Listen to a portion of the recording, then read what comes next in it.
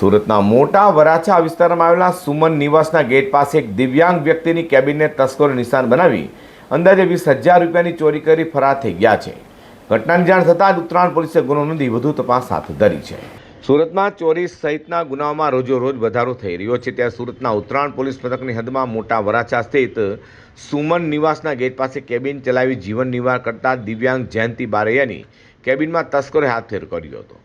ચોર કંપનીએ કેબિનમાંથી અંદાજે 5,000 રૂપિયાનો માલસામાન તેમજ 14,200 રૂપિયાની રોકડ મળી 20,000 રૂપિયાનો હાથફેરો કરી કેબિનને નુકસાન પહોંચાડ્યું હતું. દિવ્યાંગ જયંતિભાઈ બારૈયા ગરીબ પરિવાર સાથે જીવન વિતાવે છે અને તેમને 3 દીકરીઓ છે.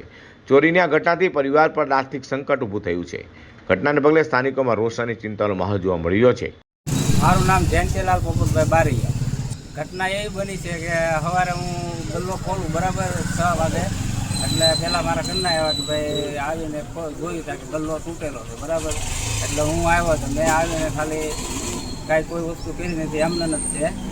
મેં જોયું બધી વસ્તુ આમ નજર મારી એટલે જે સામાન હતો એ બધો લઈ ગયા ને પૈસા હતા એ પૈસા ગલ્લામાંથી લઈ ગયા. મારે હું છેલ્લા 3 વર્ષથી મારા દ્વારા કેન્સર આંતરડાનું ઓપરેશન કરાવેલું બરાબર.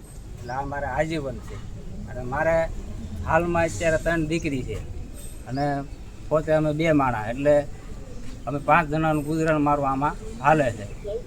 સમગ્ર મામલે ઉત્તરાયણ પોલીસને જાણ કરવામાં આવતા પોલીસે ફરિયાદ નોંધી તસ્કરોને ઝડપી પાડવા માટે તપાસનો ધમધમાટ શરૂ કર્યો છે.